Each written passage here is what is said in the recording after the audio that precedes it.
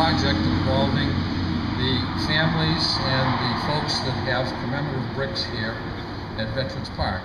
So I'd like to call Ryan to come up and tell you all about the project and what happened. Ryan? Good morning, everyone, and happy Veterans Day. I'd like to talk for a few minutes this morning about my Eagle Scout project, which was to research and compile information about the names on these bricks. Who are these servicemen and women honored at the bricks on this park? As I was deciding what to do for my Eagle project, I thought it would be good to do something with the new Veterans Park down the street from my house. I got the idea from this project from hearing war stories from my two grandfathers, retired U.S. Navy Captain Timothy Galvin and retired U.S. Army Sergeant Joseph Dukeman, both of whom have bricks dedicated to them at this park. I'm happy to say both of them were able to join us today for this ceremony. My grandfather Joseph, a World War II Battle of the Bulge veteran, regularly speaks about his war experiences at local high schools, and the students are truly touched by and impressed with his stories. I was very fortunate to be able to attend the dedication ceremony of the National World War II Memorial in Washington, D.C. with him in 2004. At that ceremony, I learned how important it is to honor and learn from our veterans. I began this project by writing a letter and questionnaire, and with financial support from the American Legion Post 320, was able to mail them to almost 400 different Westwood families who had purchased bricks, some living as far away as Florida.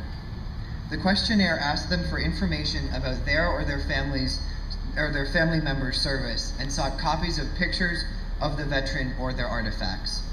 The response was unbelievable, and I'd like to thank everyone who took the time to send me these stories. Over the next few months, I, with enormous help from friends and family, transcribed information about almost 100 different veterans into a document which can now be found at Town Hall, the Westwood Public Library, or online on the Veterans Services Department Forms and Publication page on the town's website. This book provides over 100 pages of information about the veterans, as well as all the pictures they sent me. In addition, the document lists links to YouTube pages where you can find video interviews with a few veterans who volunteered to share their stories with me on camera. This project took 4.5 months of hard work, but it was incredibly interesting and rewarding to hear and read so many stories from these veterans. The stories I received cover all branches of military service and span decades. I received veteran stories from World War II, the Korean War, the Vietnam War, the Gulf Wars, and the Iraq-Afghan Wars.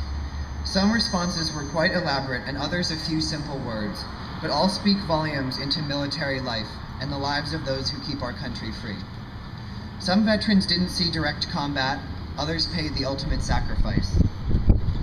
But some of the veteran stories are direct reflections on their combat, such as a retired Navy hospital corpsman who said it took him 36 years to be able to speak of the tragedies he had seen. Like, quote, seeing my Navy and Marine buddies lying on the ground and having to tell them they'd be fine when I knew they'd never leave those beaches.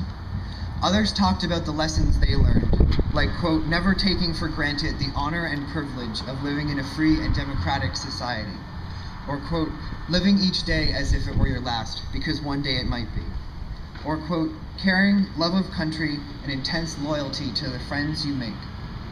Some told funny stories about how they'd never eat scrambled eggs again after the awful ones they'd had in their service in the Army.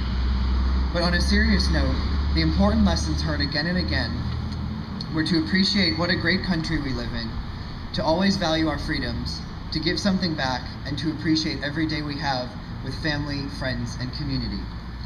I encourage everyone to spend some time reading the stories and watching the videos online so we can all learn the priceless lessons these veterans have shared with us.